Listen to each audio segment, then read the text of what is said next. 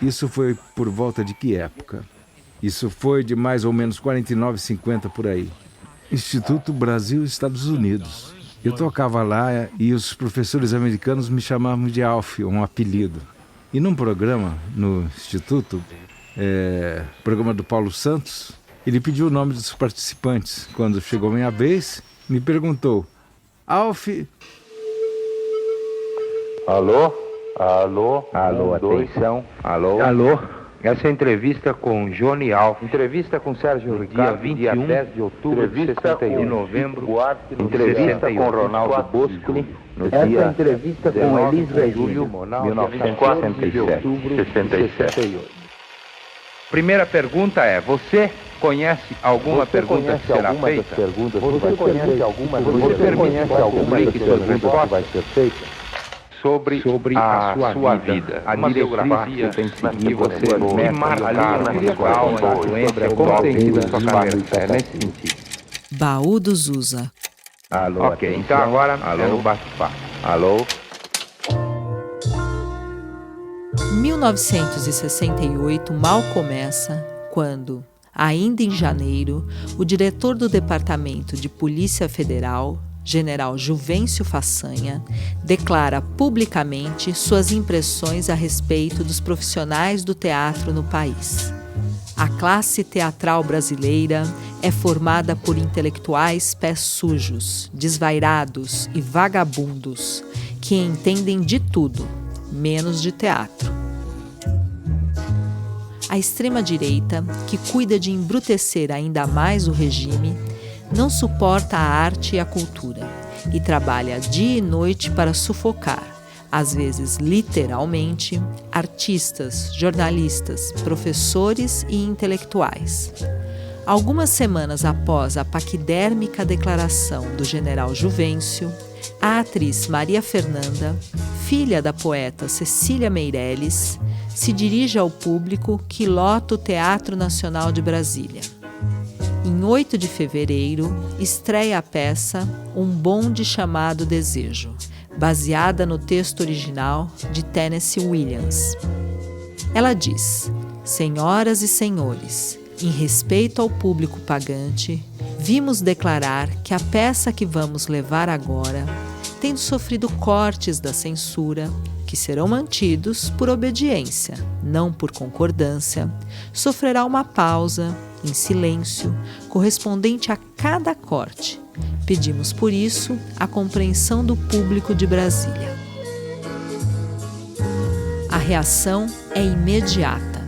Sob a justificativa de desrespeito às autoridades, as atividades profissionais da atriz são suspensas por 30 dias e a peça proibida por tempo indeterminado. Maria Fernanda redige um comunicado e pede aos colegas que protestem contra o estado de ditadura que reina no país, o que desencadeia greve nos teatros e uma vigília que toma conta das escadarias dos municipais do Rio de Janeiro e de São Paulo. Participam da ação artistas como Cacilda Becker, Chico Buarque, Di Cavalcante, Vinícius de Moraes, Grande Otelo, Nelson Rodrigues, Tônia Carreiro, Glauber Rocha, Oduvaldo Viana Filho, Juca de Oliveira, Eva Vilma, Carlos Drummond de Andrade, Oscar Niemeyer, Paulo Altran, Chacrinha. Naquele 1968, Zusa Homem de Mello entrevista Johnny Alf. No dia 21 de novembro de 68. Bem, começando pelo meu nome, foi-me adquirido, vamos dizer assim, né? Porque antes de ser profissional, eu tocava no IBEU, no Rio de Janeiro, na Rua México. O que é IBEU? No Rio de Janeiro. Instituto Brasil Estados Unidos. Ah, sei. E tocava lá, e meu nome sendo Alfredo, os professores americanos me chamavam de Alf, um apelido, né? Ah, sei. E num programa do IBEU na Rádio Ministério da Educação, aliás, o programa era do Paulo Santos, Sei. ele pedindo o nome dos participantes. Quando chegou a minha vez, ele perguntou: Alf o que é o nome do rapaz do piano? Uma pequena americana, uma aluna, disse, põe Johnny. Johnny é um nome tão popular nos Estados Unidos. Então, completaram o nome. Johnny Alf ficou. Depois, mais tarde, eu quis mudar, quando eu gravei primeiro em 78 meu, eu quis mudar, mas não deu, porque já estava muito conhecido por esse nome. E marcava bem. Foi quando você tocava, então, nesse instituto? Isso, exato. E aí você começou a tocar Mas ali não, ali era como amador, né? Como amador,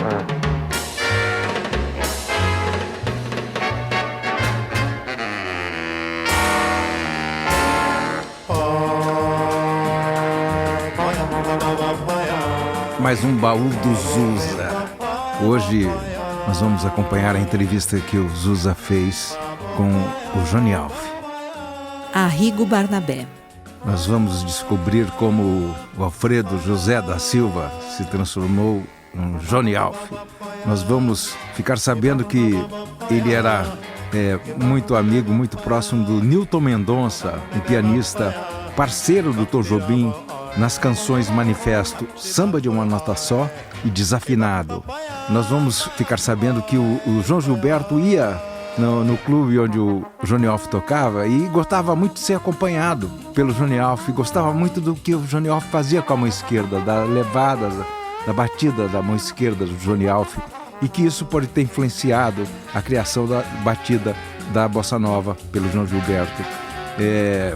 Todas as peregrinações que Johnny Alf fez entre São Paulo e Rio, e a atuação dele também como professor em conservatórios em São Paulo, a admiração dele pelo jazz.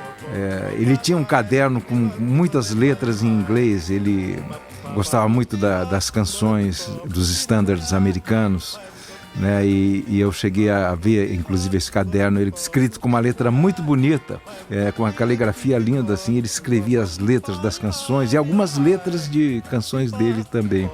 Então, a gente vai hoje ver também ele falando sobre uma questão que o Zusa sempre coloca entre a música erudita e a música popular, sobre essa relação. E ele fala sobre a influência que ele sofreu dos impressionistas, dos Debussy principalmente, e como o contato dele com a música erudita influenciou o trabalho dele, né? Então, hoje, uma entrevista histórica com praticamente o pai da Bossa Nova.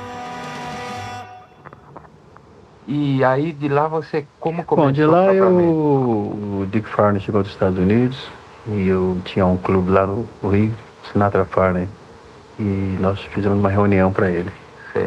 Nessa reunião ele me conheceu e tudo, eu era diretor musical do clube. Quem tomava parte também nesse clube era o Carlos Manga, o famoso Carlos Manga hoje. O Vitor Manga tinha 9 anos de idade, compreende? E então o Dick me vendo cantar e tocar, ele gostou. E achou que eu podia tentar. Mas eu não tinha vontade de ser profissional ainda na música. Eu tinha estudado clássico e tinha estudado ginasial científico, tinha estudado inglês, francês, um pouco de desenho, pintura, compreende? E fiquei naquele negócio do vai ou não vai, né? Quando o César Alencar abriu a cantina, ele fez um concurso pelo programa dele para conseguir um pianista para tocar na cantina. E todos os vencedores do programa foram lá e não conseguiram agradar. Então o Dick, que estava no Nacional, ele e a Nora Ney estava aparecendo nesse. Frequentava a cantina, sabendo disso, falaram para ele, olha, nós conhecemos um rapaz assim, etc. Ele é amador ainda, mas acho que ele vai agradar, porque ele sabe bem música, ele toca música assim um pouco diferente, música de boate, canta direitinho. Então me levaram lá. E lá eu fiquei. Foi o primeiro trabalho meu. Você é do Rio mesmo, né? Sou de Vila Isabel. Sou de Vila Isabel. Bom, dali eu fui convidado depois pelo Fafá Lemos para ir tocar no Monte Carlo. No Monte Carlo eu fiquei uns 4, 5 meses. Era lá na Gávea, naquela montanha na Gávea. De lá fui para o Mandarim. Mandarim eu toquei com o falecido Newton Mendonça. Ele pianista, revezávamos. Dali eu fui para o Clube da Chave, que Humberto Teixeira abriu, lá no Posto 6, onde hoje é a TV Rio. Exato. Mais ou menos 53, 54. Sei. Dali eu fui para o Plaza com o Djalma Ferreira, era o conjunto dele, eu revezava com ele. Dali eu fui para o Clube de Paris, onde mais tarde foi o Baccarat, lá no Beco das Garrafas. No Clube de Paris, eu fui para o estúdio do Theo, onde eu toquei com o Ribamar e o Esdras Silva. Dali eu caí no Drink, chamado pelo Djalma Ferreira, já no Drink. Sei. Nesse tempo eu tocava com bola 7. E dali eu fui então para o Plaza na categoria de atração. Isso em 55. Até então você era só pianista ou pianista e cantor? Pianista e cantor. Ah, os dois. Exato. Fiquei lá desde outubro de 54 a abril de 55. Saí de lá porque o Heraldo da Baiuca daqui foi me procurar lá no Rio para inaugurar a Baiuca na Major Sertório. Aqui. Sei. E aí você ficou em São Paulo? Aí fiquei em São Paulo de vez. Fiz a Baiuca, fiz o Michel, fiz o Cave, fiz o After Dark, o Golden Ball. Lembro. Fiz o Clube de Paris e por último fui para o Lancaster. Lancaster em 61 eu fui ao Rio para tirar os documentos da Ordem dos Músicos. E no Rio eu fui caçado pelo Alberico do Little Club e tive de ficar lá, né? Little Club eu fui caçado pelo Barão para o Top Club. E ficou uma temporada no Rio? Fiquei lá em 61 a 63. 2 anos, né? 2 anos. Top Club eu fui para o Manhattan. Eu e Leni.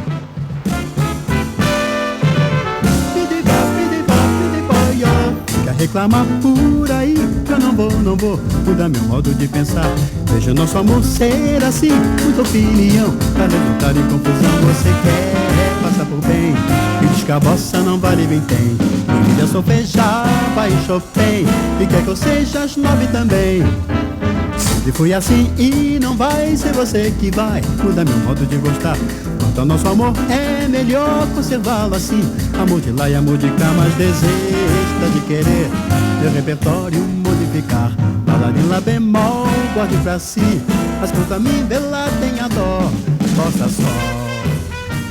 Ali do Manhattan foi que eu voltei a São Paulo. Eu estava no Manhattan quando eu gravei o 3º LP meu. E para a promoção do disco eu precisei vir para São Paulo. Cheguei em São Paulo, fui caçado novamente pela boate Lancaster. Fiquei um pouco no Lancaster, aí depois voltei à Baiuca. Foi então na Baiuca, que eu já estava um pouco cansado da vida noturna e já podia me dar a vaidade de não trabalhar de madrugada, porque o que eu ganhava como músico, com as gravações de tudo, já não compensava. Já me dava o luxo de não trabalhar de madrugada para ganhar. Bossa só.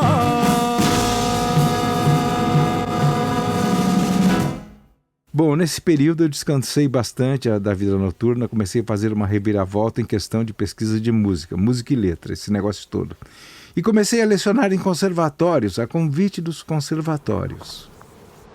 Sempre naquela vontade de organizar um conjuntinho, etc. Me entrosei em Santos, com o pessoal de lá, né, com os estudantes. E como eu gosto muito de lá, consegui fazer o pessoal se locomover musicalmente. E no presente momento eu estou em Santos como uma figura principal, dependente do movimento estudantil musical de Santos. O pessoal de Santos, os estudantes, eles querem que eu faça um movimento tudo lá para eles em questão de música, né? E estou fazendo isso.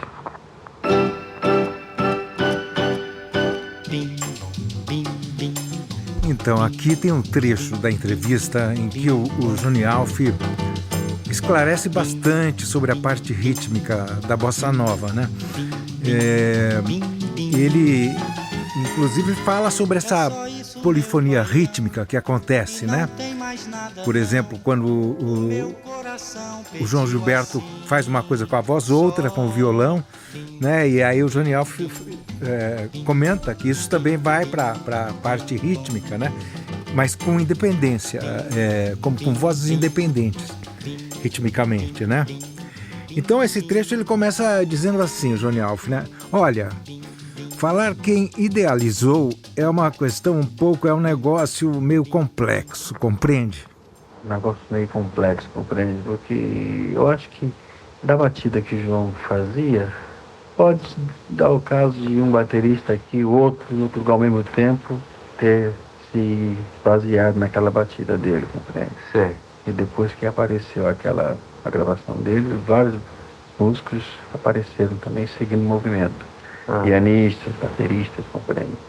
De modo que é difícil a gente dizer assim, aquele ou esse baterista que tem inventado. Se há algum que tem inventado, francamente, que quando eu vi o negócio crescer assim, de um modo tão conjunto, compreende? Sei.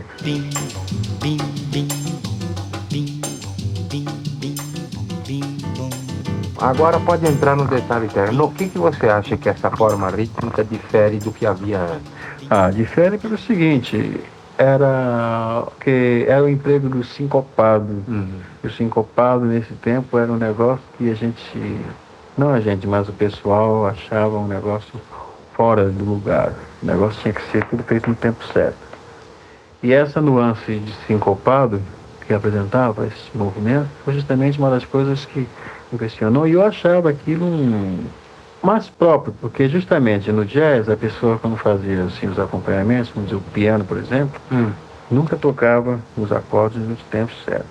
O pianista de jazz ficava cercando o solista naquele prisma harmônico da música, mas sem marcar, apenas cercando nas passagens necessárias, nas horas certas. Não regular. Exato. A música é que orientava ele aí, ajudando ao solista harmonicamente. Uma espontaneidade rítmica por parte dele em questão da harmonia. Entende? E a batida da bossa, justamente, tinha um pouco disso, porque ele fazia assim vamos dizer assim, uma marcação em contratempo. E justamente esse contratempo é que dava um balanço diferente que na música tradicional não tinha, era muito marcado e pesado. Esse sincopado, esse contratempo é que dava justamente o balanço. É só isso, meu baião, e não tem mais nada não. O meu coração pediu assim, só bim. E é engraçado, né? O Johnny Alf fala sobre a função, né, da parte rítmica e mesmo da parte harmônica, né, como cercava a voz, né, cercava o solo, né. Então é interessante isso, né. E cercava também pode ser usada como caçava, né. Você pode pensar também cercar, caçava a voz, o solista, né. Isso nos instrumentos harmônicos, você está falando? Não, bateria, percussão, bateria também, percussão também. Principalmente em percussão, compreende? Pois justamente isso é o sincopado em si, compreende? Que deu uma espécie de identidade ao movimento, né? Ao tipo de música.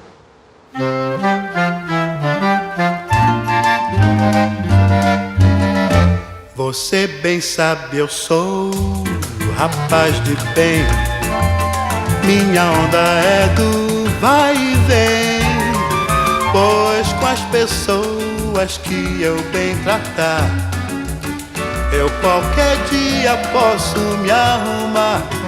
Vê se mora no meu preparo intelectual. É o trabalho a pior moral, não sendo a minha apresentação.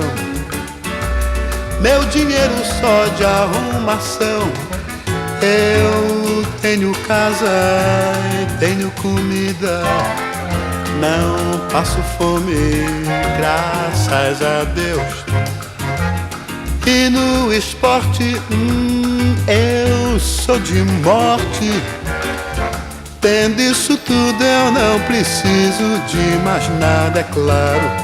Se a luz do sol vem me trazer calor, e a luz da lua vem trazer amor, tudo de graça a natureza dá. Pra que eu quero trabalhar? Pra que eu quero trabalhar? Pra que eu quero trabalhar?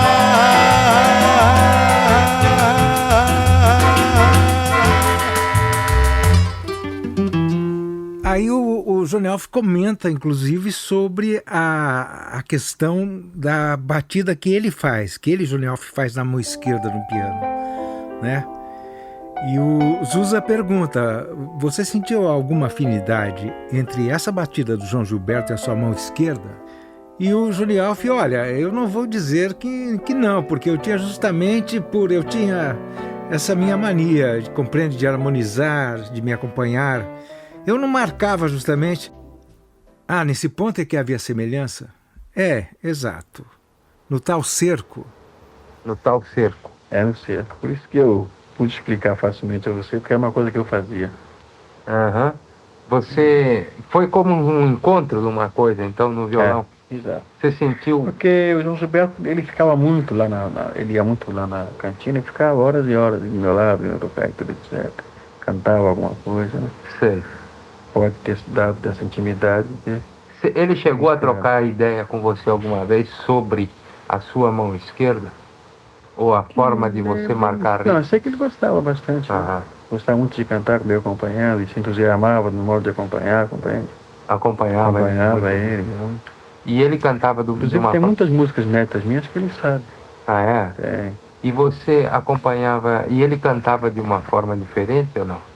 Ele já tinha uma divisão assim, bem afastada do habitual. Do habitual.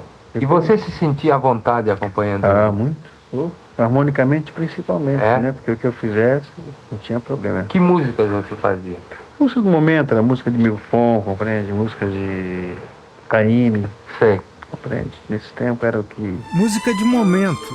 Era a música de Newton, compreende? Músicas de Caymmi. Era Dick Farney e Lúcio Alves. E aquele repertório ele interpretava alguma coisa. Ele e Dolores também. Dolores estava conversando com Lady Crooner no Acapulco. Ele e a Dora Lopes. E depois de lá eles iam jantar na cantina. E ela sentava. Essa é a época da cantina. Da cantina. Não me culpe se eu ficar meio sem graça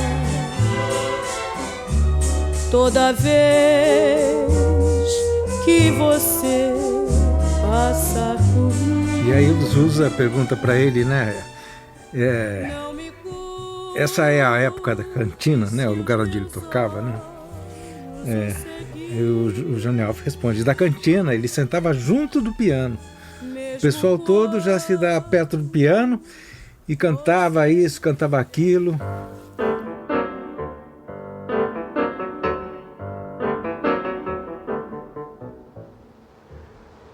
E a forma harmônica? Bom, a forma harmônica de mim veio, em parte, do estudo que eu tive, também de ouvir bastante o jazz e de gostar bastante. Também já havia aquela questão de certas músicas brasileiras naquele tempo, de eu já ter aquela vontade de mudar um pouco a harmonia, compreende? Você já tinha? Já fazia isso, já. Ah, você fazia? Já. Bom, você mudava. E de onde você tirava os novos acordes? Isso vem em parte do estudo que eu tive, compreende? Eu lidei muito com Debussy, compreende? Ah, é? Identifiquei muito com as composições dele. Embora tenha tocado pouco Debussy, eu toquei 2 ou 3 músicas só. Mas é que quando eu estudei piano, eu era muito concentrado no estudo, compreende? Piano. Quer dizer, eu tirava uma música de Debussy, analisava compasso por compasso, acorde por acorde, compreende?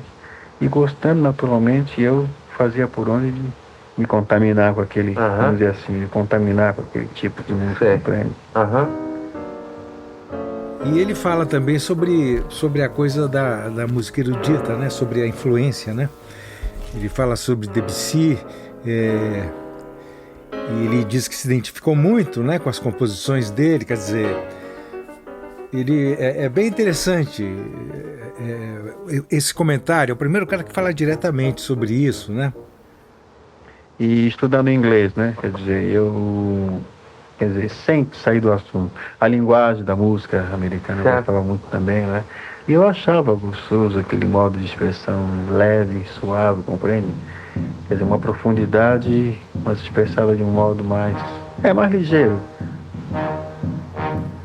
É mais ligeiro, compreende? Embora o modo ligeiro não deixasse de expressar os sentimentos profundos, compreende? Sem aquelas tragédias, compreende? Night and day, you are the one, only you beneath the moon and under the sun, whether near to me or far, it's no matter, darling, where you are, I think of you night and day, night and day.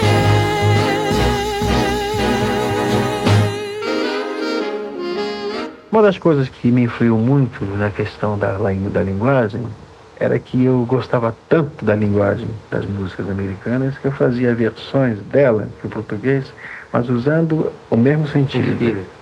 Eu gostava muito de fazer isso. Uhum. E eu tenho a impressão que essa transladação, Sim. o resultado das expressões que eu conseguia na tradução, influiu bastante para o meu tipo de linguagem na bossa nova. Você, nas letras, você diz? Nas letras, exato. As músicas suas, geralmente, você faz tudo, né? Ah, eu faço tudo. Se eu lhes disser, vou formar um contrassenso ao amor que é tão imenso, e calado é bem melhor.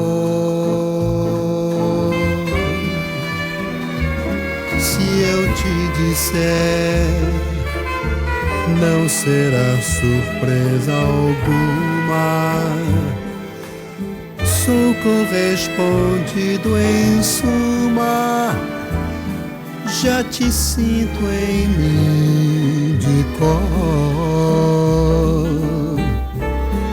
Porém, aos outros que nos cercam, entre nós existe apenas uma leve indiferença a se estender, e até que chegue um momento desejado, vou amando e sendo amado, sem o mundo perceber. Se eu lhes disser,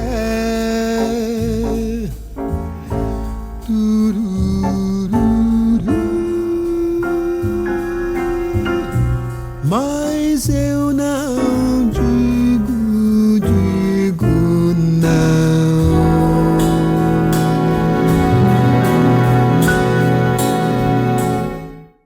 Aí o Zusa começa a perguntar mais diretamente, né? E me diga uma coisa, a forma harmônica da bossa nova, para você, difere da que havia antes? Em que sentido? Aí o Jonielf vai falando, né? E vai falar sobre o Custódio Mesquita, que é um compositor bem interessante, né? Enfim, e ele comenta, né, o artesanato da coisa, né?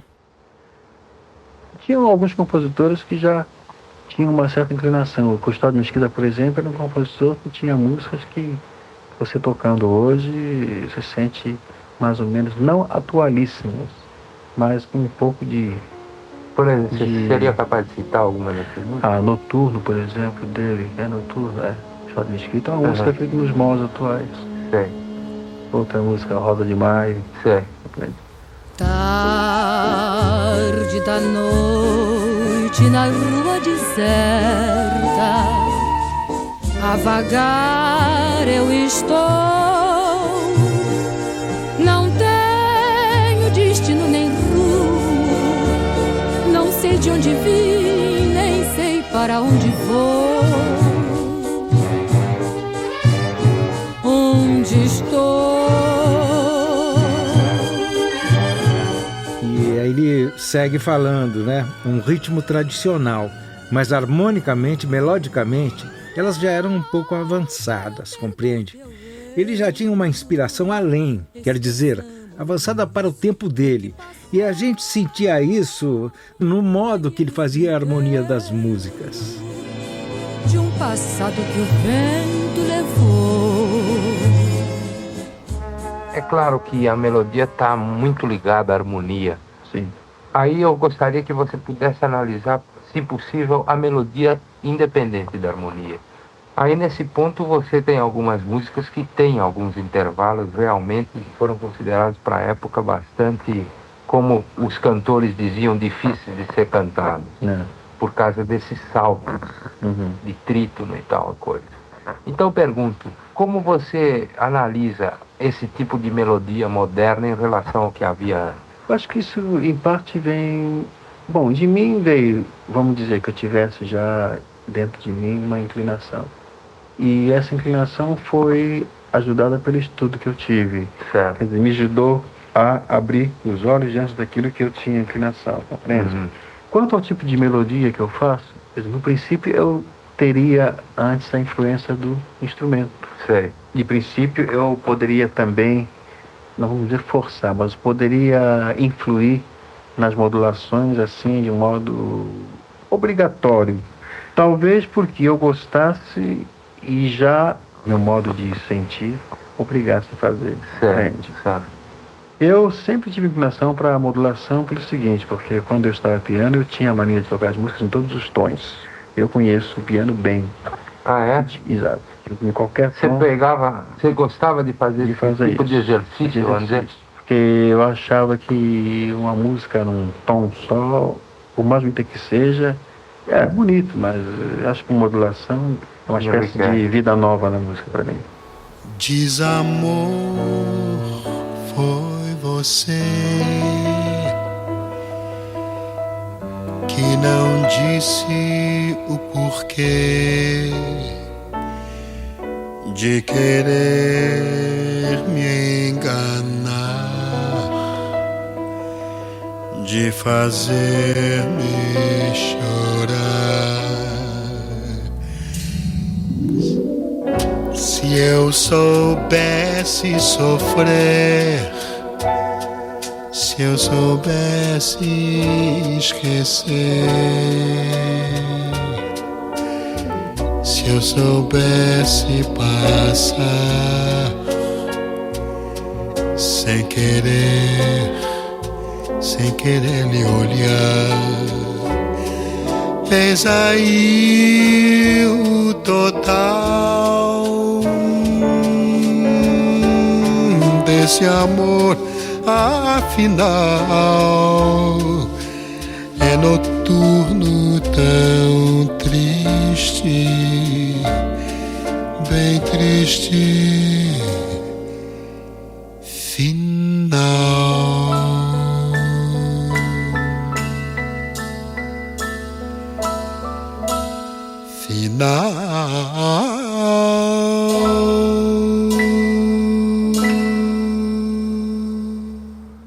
Agora me diga uma coisa, você acha que o Rio de Janeiro a cidade do Rio exerceu uma influência no trabalho ou no resultado do trabalho desse pessoal?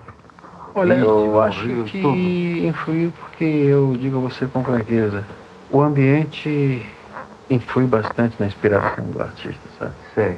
Em mim, principalmente, influiu bastante. Influiu? Influiu. Porque justamente, se a pessoa tem um modo de ver uma coisa assim, que ele comenta numa música, ou ele vive aquilo, ou ele sente aquilo, ou ele sempre está vendo aquilo, compreende? Está sempre em convivência, em contato, compreende? E o tipo de música da Bossa Nova, por exemplo, tem muito a ver comigo, compreende? Você acha que se esse pessoal todo tivesse nascido e vivido numa outra cidade, como Curitiba, por exemplo, você acha que haveria o resultado igual que houve? Eu creio que se encontrando, eu acho que sim, compreende? E eu acho que se encontrando, havendo a mesma convivência, certo, eu acho que a associação de ideias e vontades seria a mesma. Seria a mesma. Seria a mesma coisa.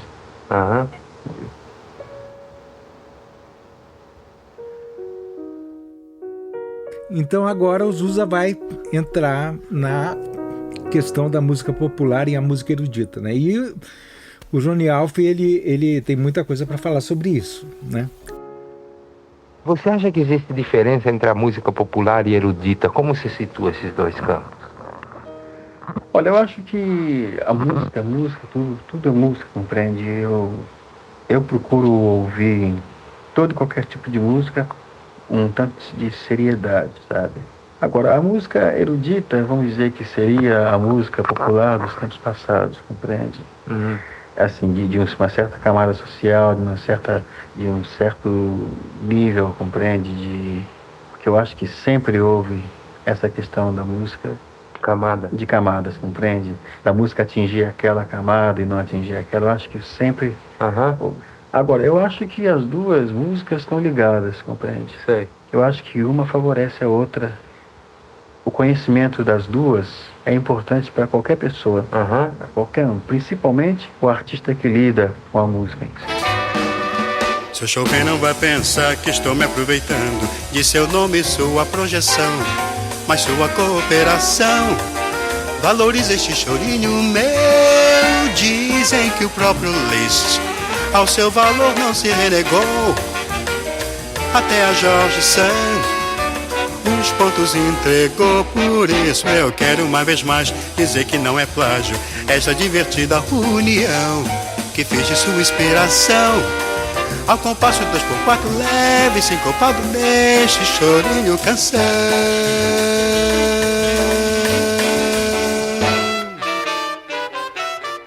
E aqui tem uma outra parte aqui no 012717, né? Que dá uma conversa muito interessante entre eles aí. Você acha que no caso, o Zusa perguntando, né, da música popular, feita por alguém que tenha conhecimento técnico de música erudita, né, que ele quer dizer, essa música vai ter maior possibilidade de duração? Aí vem uma discussão bem interessante mesmo, diáfana, vamos dizer assim, inefável. Ela vem uma discussão que está indo para o invisível, né? E o Zusa, chega um momento que o Zusa fala, isso é misterioso.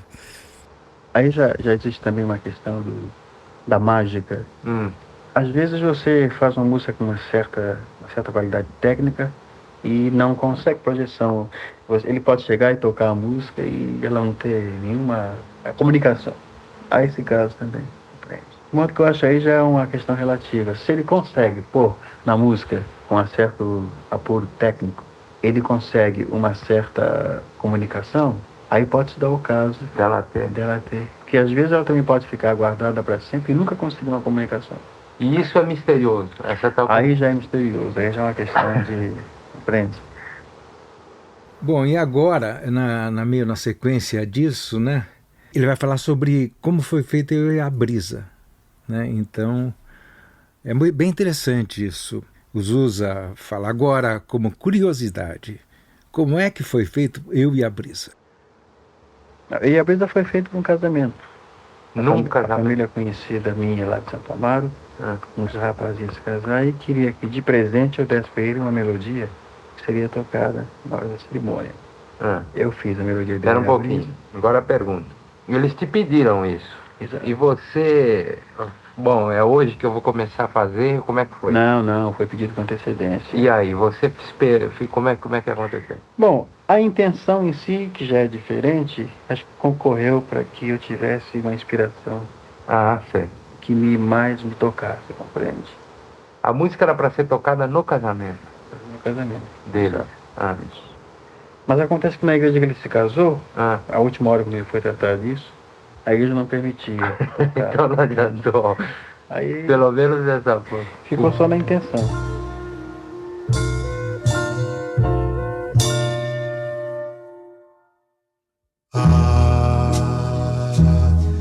Se a juventude que essa brisa canta ficasse aqui comigo mais um pouco, eu poderia esquecer a dor de ser tão só pra ser um sonho. E aí então, quem sabe alguém chegasse buscando um sonho em forma de desejo. Felicidade então pra nós seria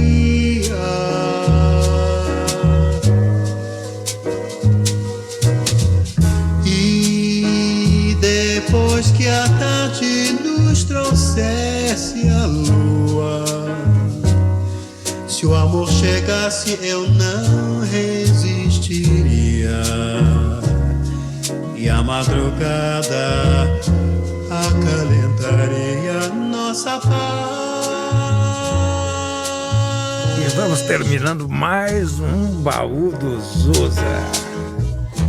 Meus amigos, minhas amigas, Espero que vocês tenham se deliciado como eu com todas essas histórias do, se não o pai, sei lá, deve ser o pai da Bossa Nova, ou não pode ser, avô não seria um bom título para o Johnny Alf. Eu acho que é um dos pais da Bossa Nova, assim, acho que podemos colocar ele ali junto com o Nilton Mendonça, o Tom Jobim, o Vinícius, né? O Johnny Alf maravilhoso. É isso aí, amigos. Até a próxima. Baú do Zusa é um podcast produzido pelos institutos Sarê e Galo da Manhã, lugares que trabalham pela democratização do acesso às produções culturais brasileiras. Essa entrevista com Johnny Alf, no dia 21 de novembro de 68. A entrevista com Johnny Alf integra o acervo do Instituto Sarê. Essa e outras gravações foram realizadas em fitas rolo, hoje digitalizadas para garantir a preservação de seu conteúdo. Ao todo, Zusa entrevistou 24 nomes que se tornaram fundamentais para a compreensão da história da música brasileira contemporânea. Se você se interessou por este podcast, acesse o nosso site, institutosarê.org.br. Sarê, a gente escreve Carê, com C. Nos siga nas nossas redes sociais e venha conhecer a sede do Instituto e a Casa do Acervo, lugares de criação e de troca de saberes. Me pergunto muito por que eu não viajei ainda. E a questão é essa, que eu não me achava pronto para isso. E eu não tinha autoridade para pegar um conjunto e viajar, colocar levar que você quer. E pôr sobre a minha orientação e a minha obediência. Seu comando. Obediência também. Uhum. Hoje eu tenho maturidade para isso. Uhum. Ótimo, tá muito bom. Baú do Zusa é apresentado por Arrigo Barnabé. Montagem, Júlio de Paula. Narração, Ângela Fileno. Pesquisa e contextualização, Edson Natali. Masterização, Felipe Juliano. Identidade visual, Denis Araújo. Uma realização, Instituto Sarê e Instituto Galo da Manhã, 2025. Ó brisa fica, pois talvez, quem sabe, o inesperado faça uma surpresa e traga alguém que queira te escutar.